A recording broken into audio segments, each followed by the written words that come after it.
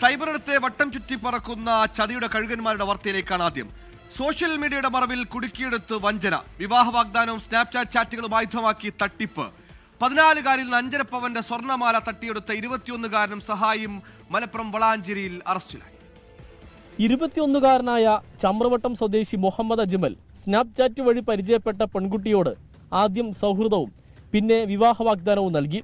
വിശ്വാസം നേടിയപ്പോൾ പെൺകുട്ടിയുടെ നഗ്ന ഫോട്ടോകൾ കൈക്കലാക്കി. അടുത്ത പണി സ്വർണ്ണ തട്ടിപ്പ്.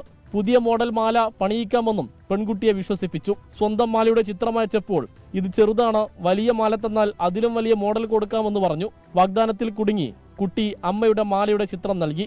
മാല നേരിൽ കണ്ടാൽ മാത്രമേ മോഡൽ മനസ്സിലാകൂ എന്ന് പെൺകുട്ടിയെ വിശ്വസിപ്പിച്ചു. വീടിന്റെ ലൊക്കേഷൻ യുവാവിന് പെൺകുട്ടി അയച്ചു നൽകി. ജനലിലൂടെ പെൺകുട്ടി മാല കൈമാറി.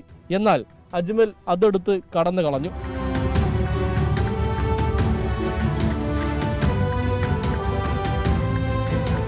വഞ്ചിക്കപ്പെട്ടതായി മനസ്സിലായപ്പോൾ കുട്ടി രക്ഷിതാക്കളോട് വിവരം പറഞ്ഞു. വളാഞ്ചേരി പോലീസിൽ പരാതി നൽകി.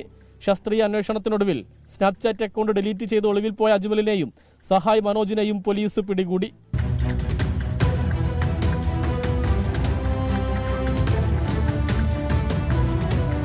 ഇതാദ്യമല്ല.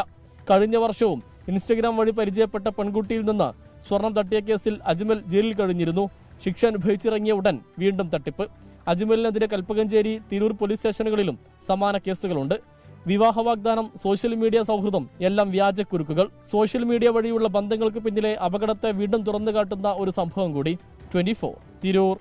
ലോകത്തെവിടെയായാലും ഏത് സമയത്തും 24 വാർത്തകളും ഓഗ്മെന്റഡ് റിയാലിറ്റി പാക്കേജുകളും എക്സ്പ്ലെയിനറുകളും വിശദമായി കാണാൻ ഞങ്ങളുടെ യൂട്യൂബ് ചാനൽ നിങ്ങൾക്ക് സബ്സ്ക്രൈബ് ചെയ്യാം.